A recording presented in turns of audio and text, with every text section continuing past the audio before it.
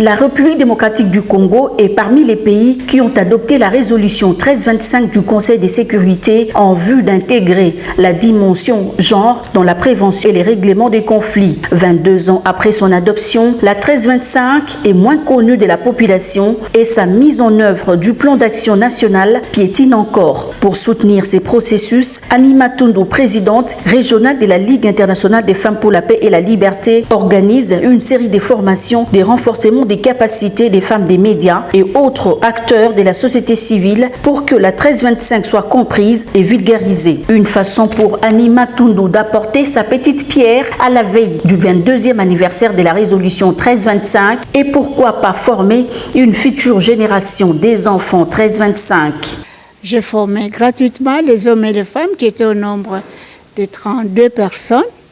Et pendant 3 jours, une formation très intensive pour qu'à leur tour, qu'elles puissent commencer aussi à vulgariser la résolution 1325. Et comme moi, je suis maman 1325, je ne peux pas être une maman stérile.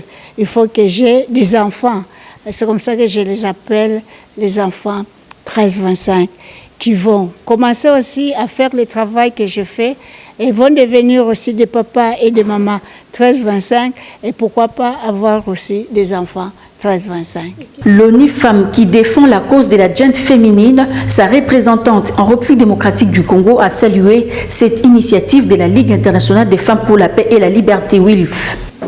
Nous avons la résolution 1325 et nous avons la résolution 2250. Et la RDC a ratifié, n'est-ce pas? Déjà parce que nous avons la résolution 1325 et que nous avons aussi la résolution 2250, c'est un engagement pour que les femmes participent aux différents processus de paix.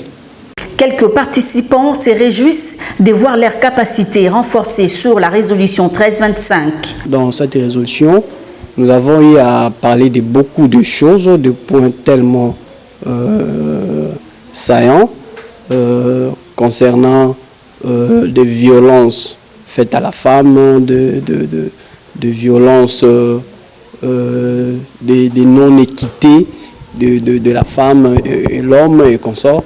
Et ça a été vraiment très bénéfique pour moi. J'ai ajouté en plus dans ce qui concerne la paix. Cette formation a été sanctionnée par la remise des brevets aux participants qui ont reçu la lourde mission, celle de vulgariser la 1325.